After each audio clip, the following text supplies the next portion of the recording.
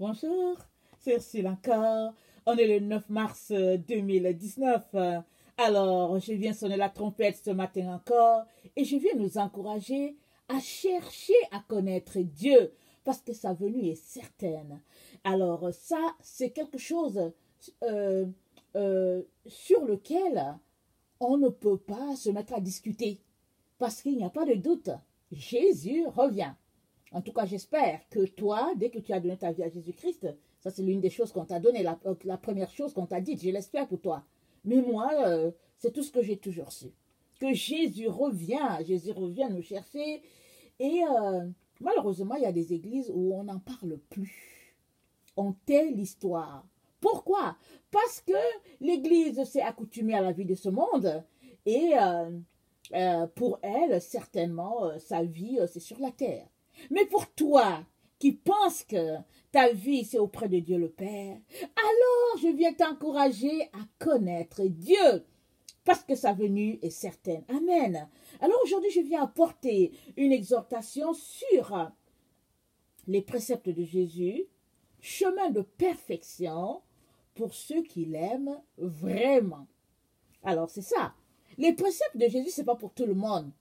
C'est pour ceux-là qui l'aiment vraiment. Alors, précepte, qu'est-ce que ça veut dire? Alors, je suis allée sur Wikipédia. C'est dit que les préceptes, ou bien le précepte, c'est une formule qui exprime un enseignement, une règle. Et c'est aussi dit que les préceptes sont des recommandations. Et il y a une autre définition qui dit que c'est un énoncé qui enseigne des règles de conduite. Alors, rappelons-nous, quand Dieu a donné les lois à Israël, ce n'était pas quand ils étaient encore en Égypte. Parce qu'Israël s'est retrouvé en Égypte, prise dans un piège, esclave de Pharaon et puis de ses bourreaux. Et Israël a servi dans ce peuple-là pendant plus de 400 ans. Mais il fallait que la parole que Dieu a dite à Abraham, notre père, puisse être accomplie. Parce que Dieu a dit à Abraham, après cela, il a dit à Abraham, ta descendance sera esclave. Mais après cela, après 400 ans, je les ramènerai sur cette terre-là. Rappelons-nous, Abraham a vécu sur la terre de Canaan. Alors, mais il avait tout fait pour que Isaac ne prenne pas une femme là-bas. Parce que les gens de Canaan, non seulement ils n'avaient pas Dieu, mais c'était des géants. C'était des néphilim. C'était des gens, en tout cas, qui n'avaient pas les mœurs de Dieu. Mais Abraham a vécu au milieu d'eux et démontrant toujours l'amour du Seigneur. Et il a tout fait pour que ses enfants n'épousent pas les femmes de là-bas. C'est pourquoi Ésaü, qui n'a pas voulu écouter, s'est retrouvé pris dans toutes sortes de pièges et s'est retrouvé séparé de Dieu parce qu'il n'écoutait pas ses parents. Et Dieu a tenu sa promesse. Quand le temps accompli est arrivé, Dieu a fait sortir Israël d'Égypte. Et c'est un coup de route dans le désert que Israël a reçu les 10 commandements. Il a reçu les préceptes de l'Éternel, les règles de conduite. Parce que Dieu ne pouvait pas le leur donner pendant qu'ils avaient un pied dedans, un pied dehors. Ils étaient en Égypte. Et même là, sur le chemin en direction de la terre promise, et là, dans le désert, il y a un bon groupe qui est tombé. Parce qu'ils se plaignaient, se disaient, ah, mais pourquoi est-ce qu'on n'est pas resté en Égypte? Au moins là-bas, on aurait ceci, on aurait des concombres, on aurait cela. Ils se plaignaient tout le temps. Le groupe qui s'est plaint a été englouti à un moment donné. Parce que finalement, ils se sont retrouvés à adorer un veau d'or. Ils rêvaient d'Égypte, ils passaient leur vie à rêver d'Égypte, alors que Dieu les avait déjà fait sortir d'Égypte. Et Dieu les a menés sur la terre promise. Alors la question pour toi qui es en train de m'écouter, est-ce que tu passes ton temps à rêver de ta vie passée, quand tu n'étais pas avec Jésus encore, comment tu étais bien, comment les gens se mettaient à tes pieds, comment tu étais respecté et que tu avais l'argent, et que partout où tu passais, les gens tremblaient? Alors, je préfère te dire que si c'est à cette vie-là que tu rêves, c'est mieux que tu y retournes, que de te mettre là à rêver. C'est mieux que tu y retournes, parce que là où est ton trésor, dit la parole de Dieu, là sera ton cœur. Alors si tu passes ton temps à rêver de ta vie passée, alors que tu étais dans le monde et puis toutes sortes tu pratiquais toutes sortes d'abominations, c'est mieux que tu y retournes au moins tu vas vivre pleinement dans le monde et tu seras satisfait. Alors un jour séparé de Dieu, dans cet endroit de tourment, tu ne te plaindras pas. Parce que tu sauras que vraiment tu as choisi que de venir te retrouver au milieu du peuple de Dieu et de refuser de suivre les préceptes de l'Éternel. Alléluia. Si tu te réclames de Dieu, il est très important que tu choisisses de suivre ses préceptes jusqu'au bout. Parce que Dieu sait ceux-là qui lui appartiennent. Ça ne sert à rien de jouer la comédie. Aujourd'hui, la maison de Dieu est remplie de comédiens. Et de comédiennes, bien sûr. Alors, ils sont là, ils font semblant d'aimer le Seigneur, alors que dans le fond, ils se disent, mais quand est-ce que ça va finir le show de 2 heures et puis on va partir chez nous? Ou bien, bon, ils sont là, ils perdent le temps aux autres. Parce que dans le fond, ils sont juste là pour distraire le peuple de Dieu. Mais moi, je parle à ceux-là qui cherchent le Seigneur. Le Seigneur dit, les préceptes de Jésus-Christ, c'est un chemin de perfection pour ceux-là qui l'aiment vraiment. Est-ce que tu aimes Jésus? Alors tu devrais être content d'avoir les préceptes de Dieu entre tes mains. Parce que les commandements de Dieu ne sont pas pénibles pour ceux-là qui l'aiment. Ils sont juste pénibles pour les comédiens qui sont dans la maison de Dieu. Qui sont là, et puis qui font semblant, et puis qui craignent les hommes. Ils veulent être vus des hommes. Mais Dieu te regarde. Il te regarde à tout moment. Alors, ça ne vaut pas la peine. En tout cas, quand j'avais 4 ou 5 ans, c'est dans cette période-là que je donnais ma vie au Seigneur. Mais il y a quelque chose qui m'est resté depuis ce temps-là, c'est que à partir du moment où je donnais ma vie à Jésus, que j'ai pris conscience qu'il y avait un Dieu qui était dans les cieux, à partir de ce moment, j'étais saisie d'une crainte, une crainte terrible. Quand ma mère m'envoyait, vous savez qu'en Afrique, on vit dans la cour. Il fait tellement chaud que tout le monde aime être dans la cour, sous l'arbre, on aime mettre la natte, ou bien le tapis. Alors moi, je viens d'une zone où il fait chaud. Il fait chaud, alors le vent souffle, et puis c'est sec, mais il fait chaud. Alors on aime être dehors, on aime être sous l'arbre et tout. Alors chaque fois que ma mère m'envoyait, par exemple, soit pour chercher le biberon pour les plus petits, en tout cas, peu importe la commission, je disais toujours à ma mère, je ne veux pas aller parce que Dieu me regarde. C'est ça que je lui disais. Alors elle passait son temps à rire, elle dit, mais Dieu regarde tout le monde. Mais je disais, non, il me regarde. Parce que j'avais toujours cette impression-là que ses yeux perçaient le plafond et qu'il me regardait. Et j'avais une crainte qui était là. Et puis bon, petit à petit, en tout cas, quand j'ai appris à marcher avec lui, cette crainte-là est partie. Est partie. Parce que je sais que bon, je chemine avec lui.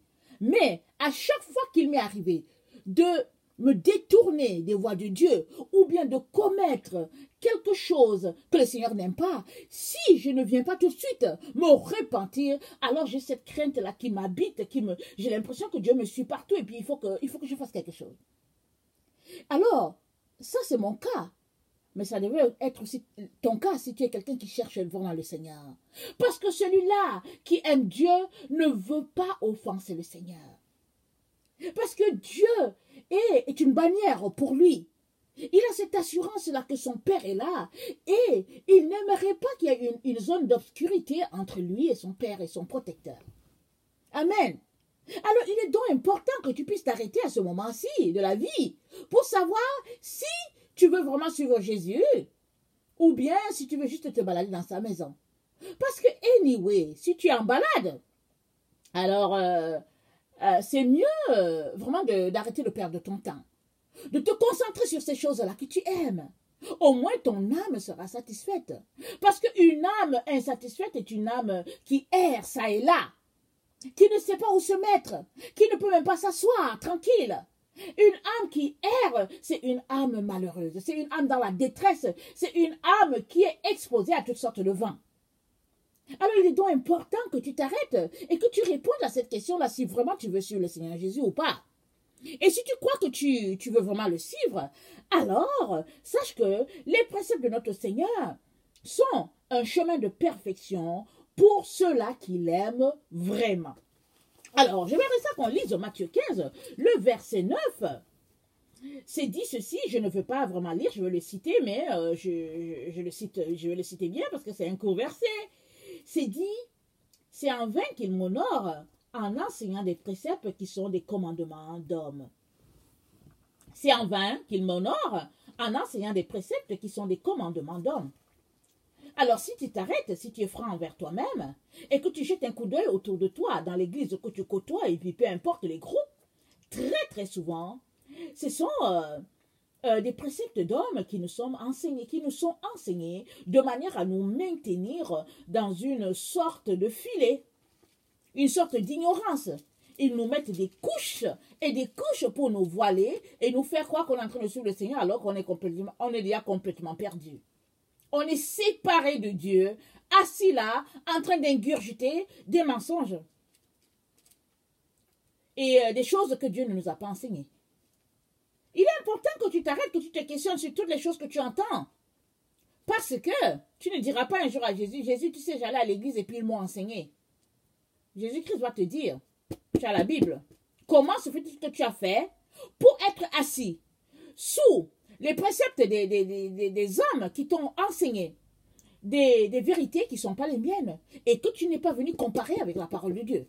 Parce que si tu marches vraiment selon Jésus-Christ, l'Esprit de Dieu en toi, même si tu ne l'as pas en quantité que tu aimerais avoir, si tu continues sur la voie, l'Esprit de Dieu va venir te remplir. Parce que l'Esprit de Dieu remplit toujours ceux-là qui appartiennent au Seigneur. Alléluia. Alors, dans Colossiens 2, le verset 22, c'est dit ceci. Je vais lire à partir du 21. Ne prends pas, ne goûte pas, ne touche pas, préceptes qui tous viennent pernicieux par l'abus et qui ne sont fondés que sur les ordonnances et les doctrines des hommes. Alors moi, je ne sais pas si ça te dit quelque chose, mais moi, ça me dit beaucoup. Beaucoup. Parce que, écoutez, la maison de Dieu a été infiltrée par toutes sortes de faux enseignements. Alors aujourd'hui, dans nos églises, il y a des gens qui se tiennent devant nous, qui ne sont même pas sauvés. C'est ça l'histoire. Il y a des gens qui se tiennent devant nous, qui osent nous enseigner, alors qu'ils n'ont pas la lumière de Dieu. Mais pourquoi est-ce qu'ils nous enseignent? Parce que ils ont, excusez-moi le terme, la grande gueule. Parce que nous sommes dans le monde où, excusez-moi le terme, il faut avoir la grande gueule, il faut se vendre. Alors on vient devant, on dit je suis ceci, je fais cela, je suis comme ci, je suis comme ça. Et on impressionne les gens et les gens disent que voilà la personne qu'il nous faut. Un peu comme quand Israël a dit à l'Éternel des armées, on veut un roi.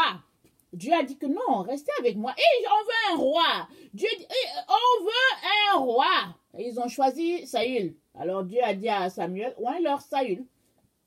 Saül a été oint pour eux. Alors quand Saül passait, ils étaient contents d'avoir un roi qui était beau, qui était grand, et puis que bon, les gens étaient impressionnés par sa carrure. Mais Dieu ne regarde pas ce à quoi les hommes regardent. Alléluia. Dieu regarde au cœur. Dieu regarde à ton cœur. Ton cœur est-il avec Dieu? Ton cœur est-il avec Jésus? Parce que si ton cœur est vraiment avec Jésus-Christ, tu verras tous ceux-là qui viennent juste faire du bluff devant toi. Ceux-là qui, au fait, n'ont même pas l'Esprit de Dieu.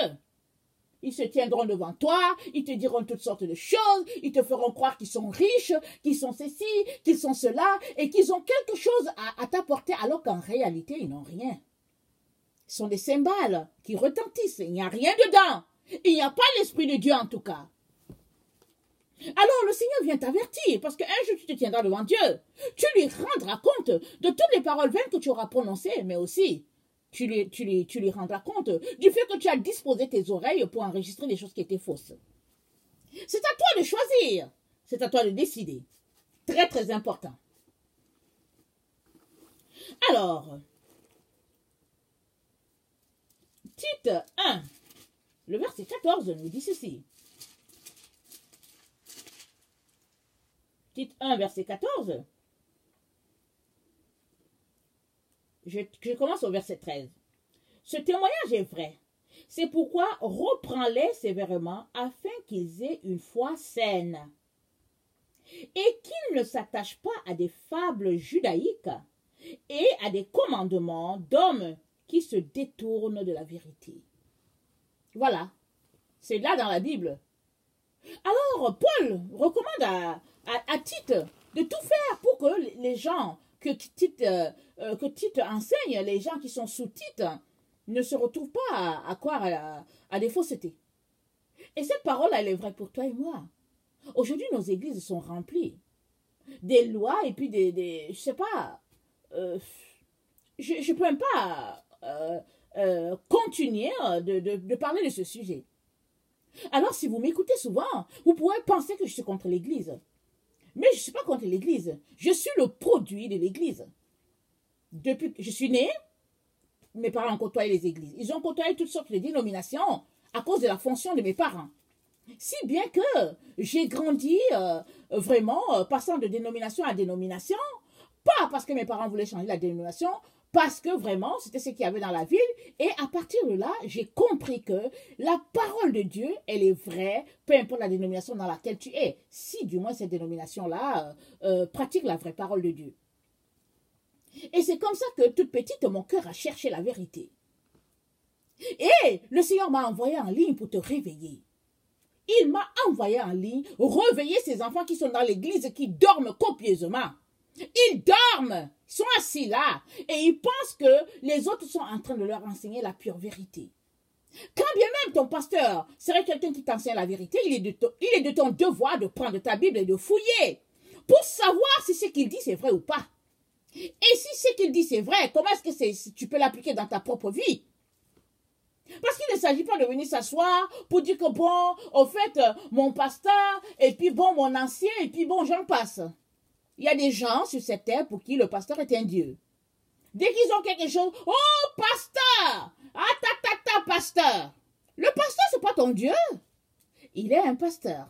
Il est un humain comme toi. Il peut tomber. Il peut te trahir. La seule personne qui ne te trahira pas, c'est Jésus-Christ de Nazareth. Le Fils unique de Dieu, la parole. La parole de Dieu. Jésus, la parole. Tu as une partie ici. Mais Jésus-Christ qui est la parole, c'est un tout. C'est gros, Jésus. C'est gros. Mais si tu vas en profondeur avec lui, il t'enseignera des choses que tu n'arrives même pas à saisir. Il ouvrira tes yeux et les paroles, des versets que tu avais l'habitude de lire, que tu ne comprenais pas, seront clairs pour toi. Parce que Jésus-Christ, c'est la lumière. Amen. Alors, 1 Pierre 4, le verset 18, nous dit ceci. 1 Pierre 4, le verset 18.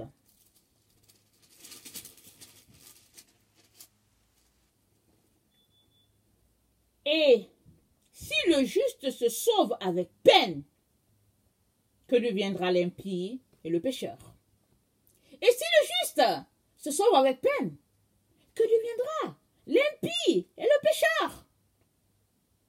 On est là, on s'amuse. On s'amuse. Alors moi, je viens vraiment nous encourager à nous demander si on est vraiment en train de perdre notre temps et notre énergie à écouter certains enseignements, à nous asseoir, vraiment recevoir certaines choses qui ne sont vraiment pas de Dieu, qui sont des préceptes des humains. Il est important de sortir de toutes ces choses-là, parce que Jésus n'est pas là-dedans. Quand bien même l'Église professerait porter le nom de Dieu, quand bien la personne qui t'enseigne te dirait qu'elle est baptisée, remplie du Saint-Esprit et tout ça et tout, si Dieu n'est pas dedans, ça ne sert à rien. C'est une perte de temps et d'énergie. Alors, il est temps de sortir du sommeil spirituel. Et souvent, le sommeil vient des enseignements que nous recevons. Souvent, les gens sont assis dans l'église, ils dorment pendant qu'il y a quelqu'un qui parle. Ils dorment. Alors, moi, souvent, je demande aussi, je dis, mais pourquoi est-ce que les gens dorment, Seigneur? Parce que j'ai la peine à comprendre pourquoi les gens dorment. Alors, un jour, je me suis retrouvée dans une assemblée. Alors, j'étais assise. Et subitement, j'ai commencé à vouloir, m'endormir. Et j'ai commencé à dire, Seigneur, mais qu'est-ce qui se passe? Le Seigneur a dit, tu m'as demandé pourquoi est-ce que les gens dorment. Alors tu vas comprendre pourquoi ils dorment. Alors le Seigneur m'a fait vivre. Et il m'a dit, à ton avis? J'ai dit oui, Seigneur, à mon avis, c'est normal qu'ils dorment. Parce que la personne qui était en avant, elle racontait, je ne sais pas ce qu'elle racontait. J'étais tout simplement perdue. Il y ait une personne, non seulement elle n'était pas sauvée, le Seigneur me l'a montré, elle n'était pas sauvée, qui a osé venir se tenir devant l'autel de l'Éternel et raconter des bobards aux enfants de Dieu qui étaient assis là. Et ils étaient là, ils somnolaient, ils piquaient. Il y avait même des personnes qui étaient à côté de moi. C'était, c'est ça frisait s'ils n'étaient pas en train de ronfler. Le Seigneur m'a dit, à ton avis, parce que quand la parole de Jésus-Christ est prêchée, quand la lumière est là, qui peut dormir? Le Seigneur m'a demandé, mais est-ce qu'on peut dormir au soleil? Qui peut dormir au soleil? En Afrique, on interdit les enfants de s'asseoir sous le soleil, hein? Parce que sous le soleil, on nous a appris que le soleil peut rendre malade. On grandit comme ça. Alors, tu restes sous le soleil à partir de 7h, 8h, à partir de 8h30, 9h, en tout cas, disparaît. Trouve-toi de l'ombre à quelque part. Parce que si ta mère est quelque part, ou ton père, ou bien un tonton, ou une tante, tu auras affaire à eux. Ils vont t'appeler, ils vont te chauffer s'ils ne te donnent pas une fessée, parce que tu es allé sous le soleil. Mais est-ce qu'un enfant peut dormir sous le soleil? Tellement le soleil frappe, tu as l'impression qu'il pénètre ton crâne. Tu ne peux pas dormir sous le soleil. Qui peut dormir sous l'enseignement de Jésus? Qui? Quand Jésus est là, qui peut dormir? Personne. Parce que c'est le feu. Parce que la parole de Dieu, elle vient séparer. Jointure et moelle. Elle vient, elle tranche. C'est ça la parole de Dieu. Et quand tu es là, ça te saisit. Ton cœur brûle et puis tu te dis, oh Jésus, je suis foutu. Je suis foutu, Jésus. Aide-moi. Mais si tu es assis sous quelqu'un qui est en train de t'enseigner et que tu dors, ça veut dire que le monsieur, il raconte n'importe quoi et que Jésus-Christ n'est pas dans ce que la personne est en train de raconter. Mais il est temps que tu te réveilles. Si toi, dimanche après dimanche, tu vas t'asseoir et puis on te bombarde des choses, et puis tu es assis là, tu dors, et puis quand tu sors, tu dis, ah, c'était bien. Un jour, tu te tiendras devant Dieu. Non seulement, tu lui diras pourquoi est-ce que tu as perdu le temps sur la terre, parce que tu as donné du temps, mais aussi, tu ne viendras pas accuser les autres. Hein. Tu ne feras pas ce que Adam et Ève ont dit. Oh, telle, la femme que tu m'as donnée, oh, le serpent a fait ceci. Non, tu répondras pour toi-même. Parce que chacun répondra pour lui-même ce jour-là. Amen. Alors, le psaume 127 dit, verset 1, si l'Éternel bâtit une maison, alors ceux-là qui la bâtissent, ils travaillent en vain. Est-ce que ta maison est bâtie par l'Éternel? Est-ce que les préceptes qui font la base de ta vie sont les préceptes de Dieu ou bien ce sont les préceptes de qui? Assure-toi que tu marches pleinement selon le Seigneur Jésus. Assure-toi. Sinon, fais vraiment un U-turn. Change de voie. Parce que l'heure est très avancée. Jésus est à la porte. Jésus est à la porte. Penses-tu que tu te réveilleras le jour qu'il sera là? Il te dira qu'il ne te connaît pas.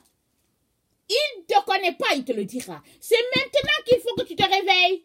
Maintenant. Aujourd'hui, si vous entendez sa voix, n'endurcissez pas vos cœurs, dit la parole de Dieu. Il est temps que tu sortes de ton sommeil, de tes illusions, de tes leurres dans lesquelles tu vis. Il est temps que tu arrêtes de prendre des gens pour tes dieux. Oh, je vais appeler mon pasteur. Oh, j'appelle l'ancien. Oh, j'appelle... Non, prends ta Bible. Prends-la, ta Bible. Va chercher Dieu. Dieu est là. Si tu le cherches d'un cœur sincère, il t'ouvrira les yeux. Il t'enlèvera les écailles et tu verras clairement. Amen. Alors, Ésaïe 28, le verset 8 à 14 nous dit ceci.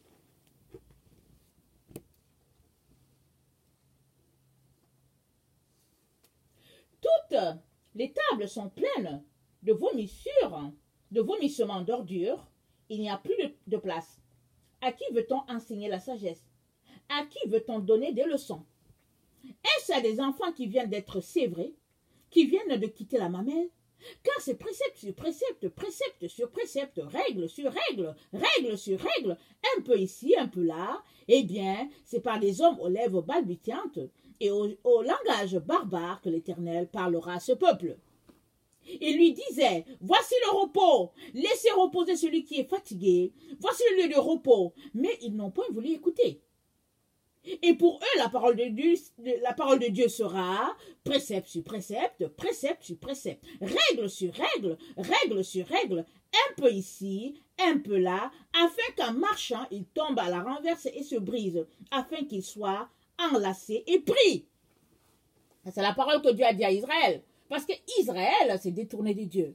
Et puis Israël, c'est pas un bébé. Dieu l'appelle son premier-né. Alors si Dieu appelle Israël son premier-né, regardez toutes les autres nations qui ont fini par se convertir et donner leur vie à Jésus-Christ. Dieu appelle Israël son premier-né. Alors Dieu est en train de dire, il dit, mais attendez, à qui veut-on donner des leçons? Est-ce à des enfants qui viennent d'être sévrés, qui viennent de quitter la mamelle? Parce que Israël est rendu à être un maître dans l'enseignement de la parole. Mais il se retrouve encore à tergiverser, à tomber, à faire les choses que Dieu a dit de ne pas faire. Alors Dieu dit, ok, je vais leur envoyer des hommes aux lèvres balbutiantes et au langage barbare. Alors c'est comme ça qu'ils vont finir par entendre ma parole. Alors on va leur donner juste un tout petit peu, un peu ici, et puis un petit peu, un peu là, et puis finalement ils seront mélangés, et puis ils ne sauront même pas où se tourner. Est-ce que c'est pas ça qui nous arrive aujourd'hui dans nos églises? On se retrouve souvent avec des personnes, je ne sais même pas quoi dire. Ils prennent ici, ils prennent là, et puis finalement, quand tu rassembles le tout, tu ne sais même pas où est la vérité. Tu es mélangé plus qu'autre chose. Tu es là, tu te dis, mais Seigneur, je ne comprends rien. Mais la parole de Dieu, elle a été annoncée depuis toujours. Elle est là. Et les enfants de Dieu se sont détournés. On nous a enseigné une grâce, un évangile de grâce. Et on nous a dit que, voilà, sous cet évangile-là, Jésus nous a sauvés, on pouvait faire ce qu'on voulait, pourvu que, bon, on demeure sous la grâce. Alors, dimanche après dimanche, les gens sont, oh, merci Seigneur pour la grâce que tu nous as donnée. Merci Jésus. Mais la grâce qu'il nous a donnée, ce n'est pas pour les péchés. Ce n'est pas une grâce pour vivre selon nos préceptes. Ce n'est pas une grâce qui bafoue son autorité sur nous. La grâce de Dieu devrait te faire vraiment marcher la tête baissée complètement. La grâce de Dieu devait te faire pleurer chaque jour parce que Jésus-Christ t'a sauvé. La grâce de Dieu devait faire que tu sois quelqu'un qui tremble quand Dieu parle. C'est ça la grâce de Dieu. La grâce, c'est un temps qui nous a été prolongé parce qu'avant, c'était Israël seul qui bénéficiait de la parole de Dieu. Juste Israël. Et Jésus est venu pour que cette parole soit étendue à tout le monde. C'est ça la grâce de Dieu. Et cette grâce-là est telle que nous sommes en train de bénéficier d'un cadeau inouï. Jésus nous a sauvés. Finalement, Paul a saisi ça. Il a dit non, c'est pas juste pour nous les Juifs. C'est aussi pour les païens afin qu'ils participent avec nous à la gloire divine. Alors à l'olivier sauvage, l'autre a été greffé. Et puis bon voilà, finalement, il y a le sauvage, il y a le pur. Et puis bon, ça fait une seule personne à la gloire de Dieu le Père. C'est ça que Paul a enseigné. Et c'est comme ça que les autres ont saisi. Les disciples ont dit, ah ok, ok. Alors mais est-ce que c'est ça que toi tu saisis? Si c'est ça que tu saisis, ta vie devait être une vie de pureté et de sainteté devant Dieu. Tu ne devrais pas te plaindre de ce qu'il y a quelqu'un qui te dit, oh, au fait qu'il te reprenne un peu, parce que l'amour reprend. Mais aujourd'hui, on voit l'autre en train de pécher, et puis bon, on le caresse quand même dans le sens du poil, et puis on dit, tu sais, je t'aime, et tout, on lui fait bisous, et la personne est en train de pécher. On n'est plus capable de dire à l'autre, tu sais quoi? Viens, je vais te parler un peu.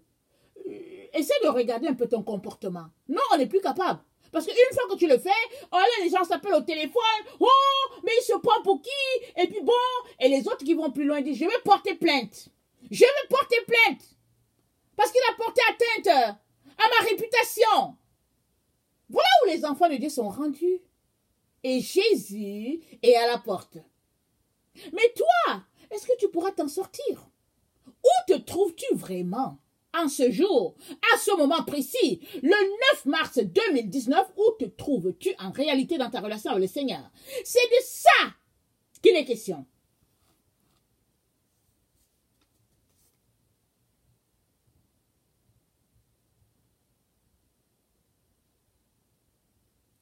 Alors, le psaume 119, le verset 129 à 30, nous dit ceci. Je veux finir là. Le verset 129 à 130.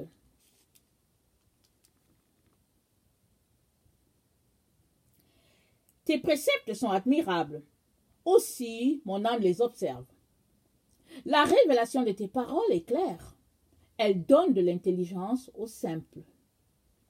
J'ouvre la bouche et je soupire, car je suis avide de tes commandements.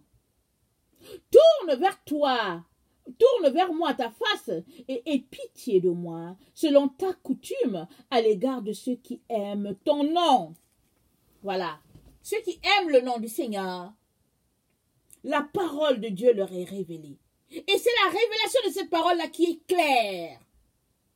Tu peux lire la parole, hein? Tu peux lire ta Bible, aller-retour de Genèse à Apocalypse, et puis dès que tu finis, tu recommences encore. Mais si tu n'as pas la révélation, elle sera juste une lettre morte pour toi. Et tu peux rester là, et puis essayer de lire la Bible intellectuellement, ou bien essayer de connecter aux faux enseignements. Mais si tu es quelqu'un qui craint Dieu, qui tremble quand Dieu parle, Dieu va venir te révéler sa parole. Et c'est la révélation de sa parole qui envoie la lumière, qui fait que tu saisis la parole de Dieu telle que Dieu aimerait que tu la saisisses. Et ta vie est changée. Et ta vie est bouleversée. Et les choses de ce monde n'ont plus aucune valeur pour toi. Elles n'ont plus aucune emprise sur toi. Parce que tu as découvert Jésus, la source du bonheur. C'est de ça qu'il est question. Je prie que tu puisses vraiment découvrir ce Jésus-là et vraiment goûter à ce Jésus. Parce que la colère de Dieu s'élève contre toutes les personnes qui retiennent la vérité captive. Que tu ne sois pas parmi ces personnes-là. Que tu ne sois pas parmi les personnes qui ont côtoyé Jésus, mais qui ont retenu la vérité captive. Soit par ton manque de volonté d'avancer dans la parole de Dieu, soit par ta vie de paresse, soit par le fait que tu étais soumis à des hommes au lieu d'être soumis à l'Esprit de Dieu.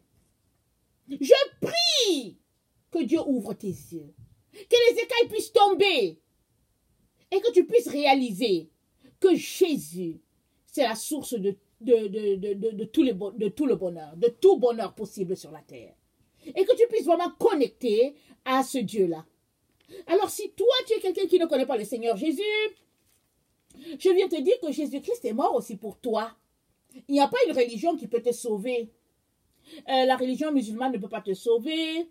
Bouddha, la scientologie, les études, l'argent, ton rang social, et j'en passe. Rien ne peut te sauver. La seule personne qui te sauvera, c'est Jésus-Christ de Nazareth. Celui-là que les gens disent être le prophète des chrétiens. Mais au fait, il est le Fils de Dieu. Il est le pont entre Dieu et les hommes. Il a donné sa vie pour que quiconque croit en lui ait la vie éternelle. Alors moi, je viens t'encourager à lui donner ta vie, à l'inviter à venir habiter en toi, et il changera ta vie. Et ta vie ne sera plus la même. Et une fois que tu as goûté à Jésus-Christ, tu réalises que c'est lui la lumière du monde. Amen. Que le Seigneur vous bénisse et qu'il vous comble abondamment. Je vous aime beaucoup et Dieu davantage. Merci.